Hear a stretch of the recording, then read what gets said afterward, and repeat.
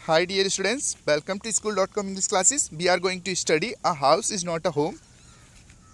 A house is not a home.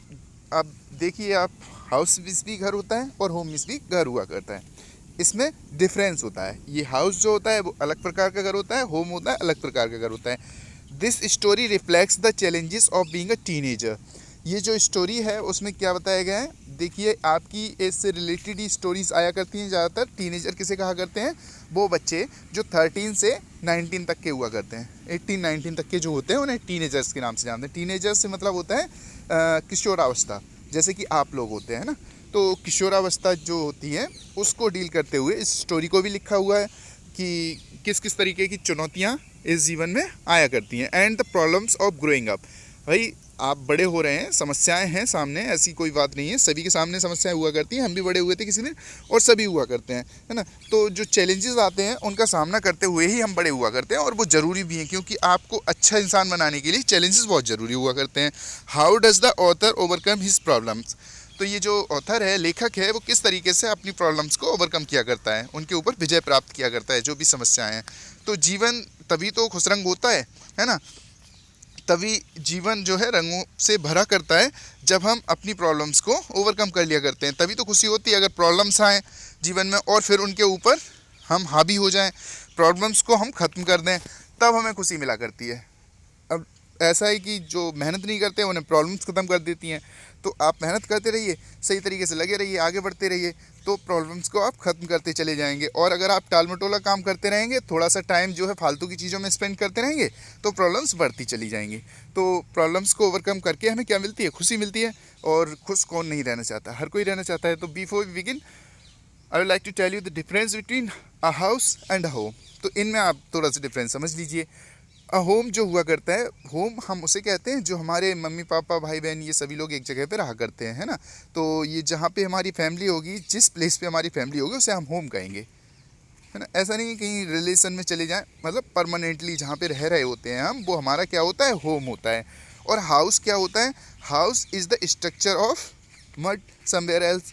यहाँ यहाँ पे ब्रिक का, सीमेंट, है ना, और जो आयरन वगैरह से मिलाकर वॉल्स वगैरह बना ली जाती हैं हमारी, उसे हम किस नाम से जानते हैं बच्चों, अ हाउस. हाउस के नाम से जानते हैं किसको, जिस जगह पे हमारे सारे के सारे स्ट्रक्चर्स बने हुए होते हैं, रूम्स सेट होते हैं, किचन लेटरिन बाथरूम ये सारा कुछ होता है ना, तो वो बन जाता है हाउस. और जहाँ पर फैमिली रहने लगे वो बन जाता है होम. तो आई होप यू अंडरस्टूड. तो आगे चलते हैं, अब देखते हैं. My first year of high school felt awkward. मेरी जो पहली साल थी हाई स्कूल की, हाई स्कूल आप भी फर्स्ट ईयर में ही हो, हाई स्कूल एक तरीके से देखा जाए तो, है ना. तो ये जो 9th-10th होता है, मेरी जो फर्स्ट ईयर थी हाई स्कूल की, बहुत ही ज़्यादा ऑकवर्ड भद्दी थी. After leaving junior high at the head of my class with all the seniority the upper grade levels could afford me. जिस जगह से अभी अभी जिस स्कूल से निकल के आए थे वहाँ पे तो हेड रहे थे ये, है ना. और बहुत सीनियर क्लास में अच्छी तरीके से सीनियरिटी झाड़ा करते थे. कहने का मतलब, अगर आप 8th क्लास तक पढ़े होंगे तो वहाँ पे तो आप अपनी स्कूल जो 8th क्लास तक स्कूल रहा होगा आपका, तो उस स्कूल में सबसे ज़्यादा सीनियर होगे. अब क्या है कि जिस स्कूल में अभी आप जाने वाले हो वहाँ पे आप सबसे जूनियर होगे, है ना. और बिल्कुल शुरुआत से आपको शुरुआत करनी पड़ेगी. Levels could afford me. It felt strange starting over as a freshman. बड़ा अजीब लगेगा, है ना, जैसे कि इन्हें भी लग रहा था. तो ये एकदम एज अ फ्रेशमैन वहाँ पे शुरुआत करने वाले थे. ये थोड़ी सी और भी अजीब चीज़ थी. The school was twice as big as my old school. ये जो मेरा स्कूल था वो मेरे पुराने वाले स्कूल से दुगना बड़ा था. हो सकता है आपका ना हो, that's the different matter. Her school एक जैसा नहीं होता. ये अपने स्कूल की बात कर रहे हैं. The school was twice as big as my old school. And to make matters worse my closest friends were sent to the different high school. और ऐसा होता ही है, आपके भी बहुत सारे मित्र जिस तरीके से बिछड़ गए होंगे और अदर स्कूल्स में चले गए होंगे, कुछ साथ में भी होंगे, ऐसी बात नहीं है. तो इनके जो बहुत ही ज़्यादा करीबी मित्र थे वो अन्य स्कूलों में भेज दिए गए थे. I felt very isolated. अब मैं जो था एकदम अलग थलग सा महसूस कर रहा था अपने आप को. I missed my old teachers so much that I would go back and visit them.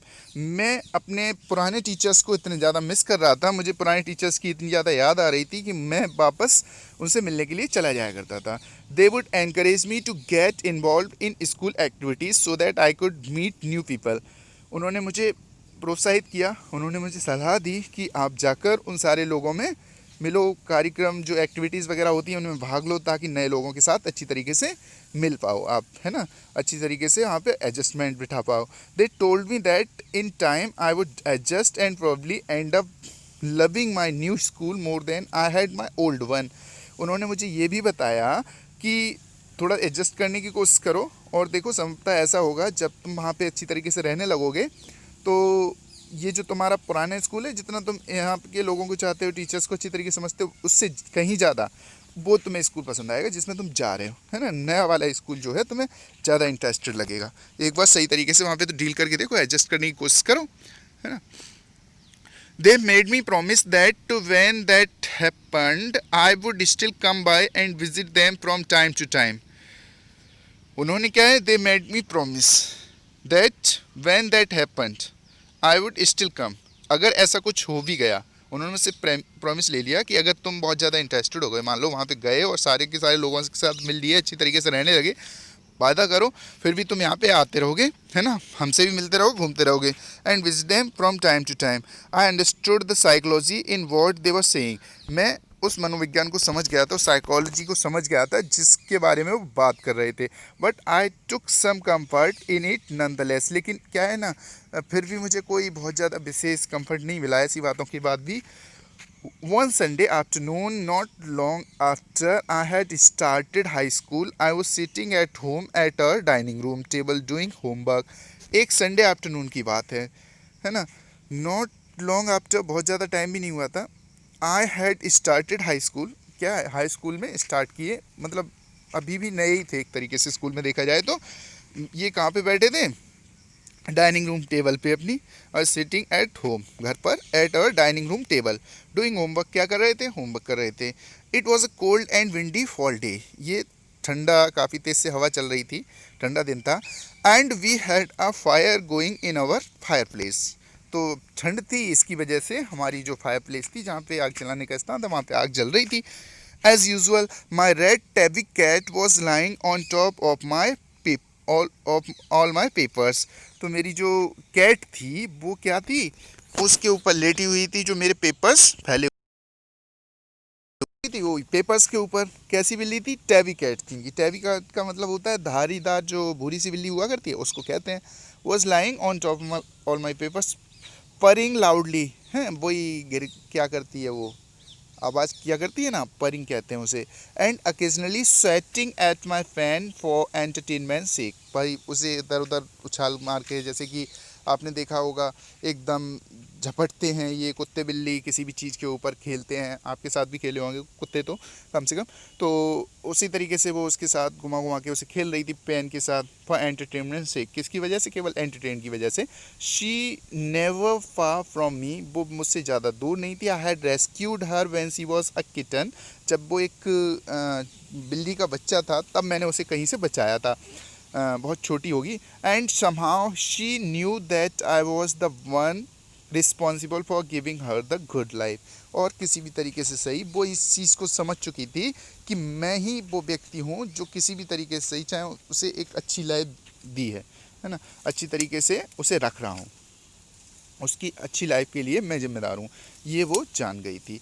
My mother kept stoking the fire to keep the house nice and warm, मेरी माँ जो थी तेज़ से आग को जला रही थी वहाँ पे, ताकि जो घर है अच्छी तरीके से वार्म रहे, गर्म रहे। Suddenly I smelled something strange, अचानक से क्या हुआ, एक अजीब सी स्मेल आई, है ना।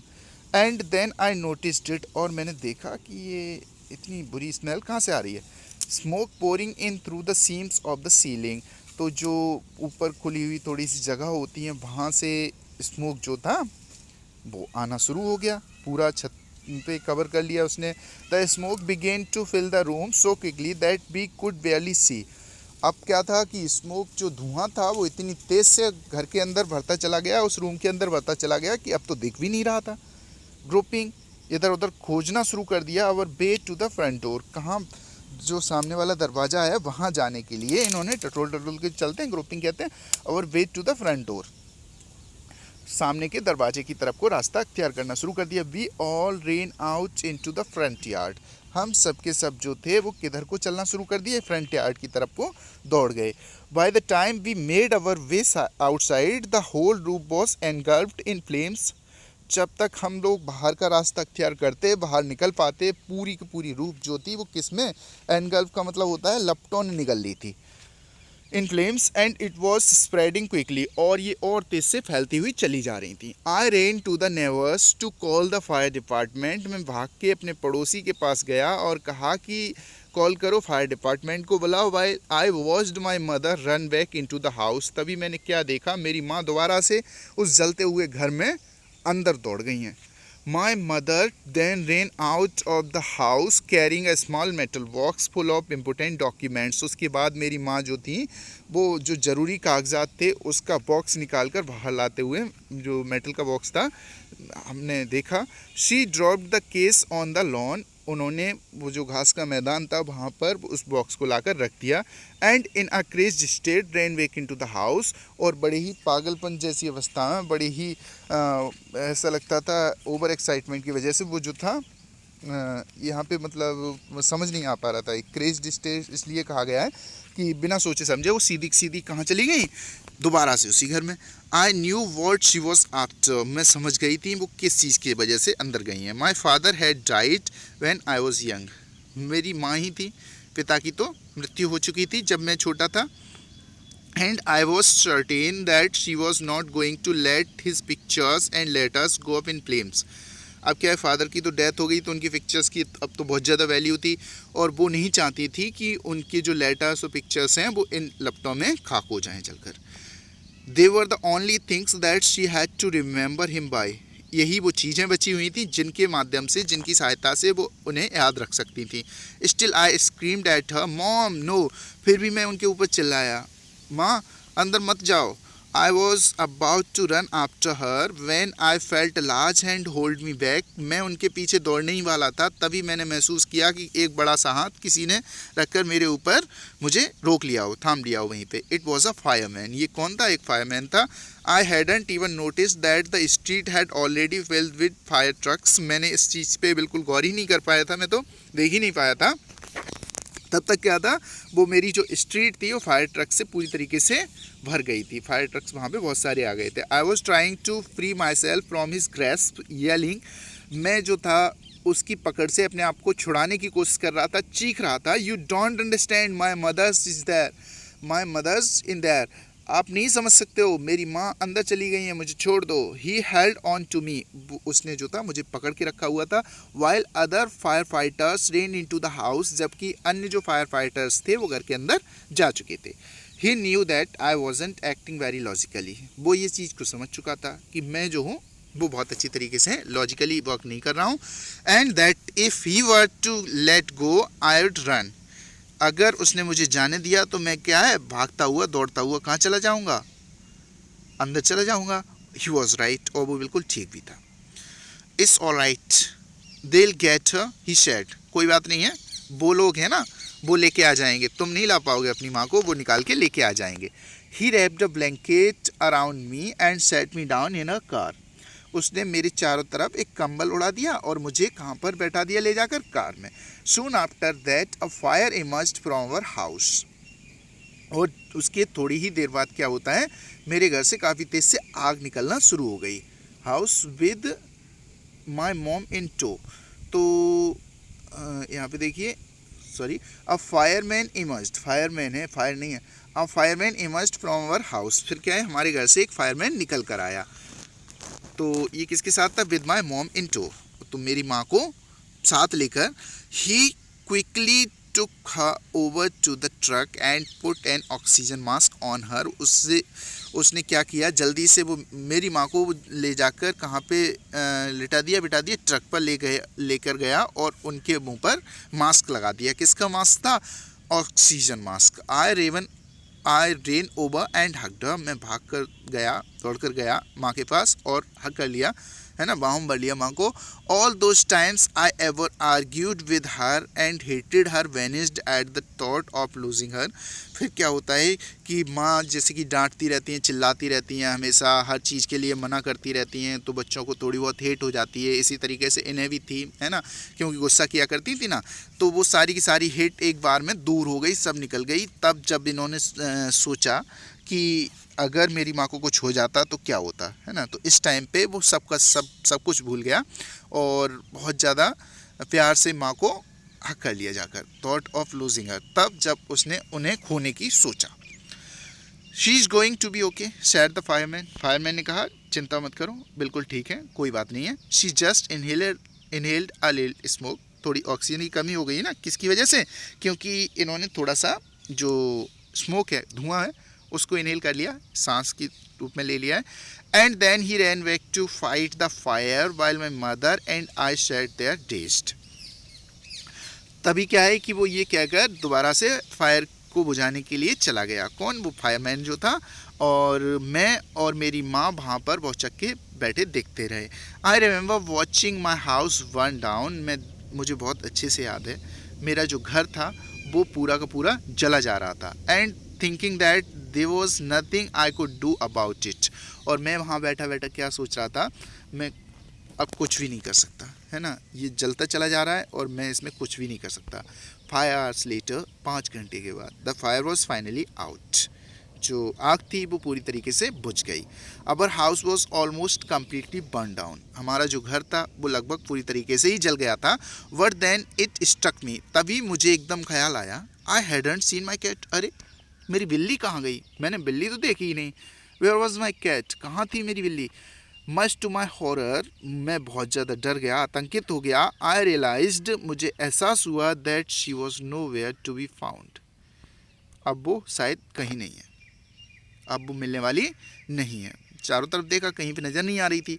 Then all at once it hit me, तभी मुझे एकदम याद आया, the new school, the fire, my cat, सब चीज़ याद आ गई एकदम। क्या न्यू स्कूल के बारे में इन्होंने सोचा, आग लगी हुई थी, मेरी बिल्ली, I broke down in tears. ये क्या हो रहा है, अभी अभी देखो मेरा नया स्कूल शुरू हुआ है ना, करियर की शुरुआत हो रही है एक तरीके से, करियर मतलब एजुकेशन की शुरुआत हो रही है, करियर बनेगा उससे, और वो भी अब पता नहीं किस तरीके से चलेगा। मेरी बिल्ली भी चली गई और घर में तो आग लग ही गई है। अब जब इतना सब कुछ सोचा, सब कुछ बुरा ही बुरा हो रहा है। I broke down in tears and cried. फिर क्या था, मेरी आंखों में आंसू आ गए, बहुत तेज से रोने लगे, चिल्लाने लगे। आई सफरिंग लॉस बिग टाइम, ये बहुत बड़ा भयंकर लॉस था, बहुत ज़्यादा परेशान थे। आप समझ सकते हो कि इस सिचुएशन में किस तरीके की स्थिति में आ जाता है व्यक्ति। तो that was very critical situation for the person who is starting for the new school. और ये जो स्कूल्स होते हैं ना, तो ए ग्रेड के स्कूल्स होते हैं, अच्छे स्कूल्स, और वहाँ पर बच्चे वैसे भी बहुत ज़्यादा मजाक बनाया करते हैं। तो ये सारी चीज़ें भी इन्हें सता रही थी, साथ में इनका अब ये इस चीज़ की टेंशन क्यों हो रही थी, देखो बुक्स वगैरह ये सब जल गई होंगी, क्लोथ्स वगैरह वो भी सब जल गए होंगे, बैग वगैरह वो भी, अब सारी चीज़ें कहाँ से अरेंज, और वो होमवर्क वगैरह जो कुछ भी किया होगा इन्होंने, थोड़ा ही टाइम हुआ था ना, सब खत्म एकदम। और ऐसी सिचुएशन में कोई व्यक्ति जब सोचेगा तो दुख तो होगा ही उसे। That's why he was weeping bitterly. And that's all for today. Thank you, have a nice time.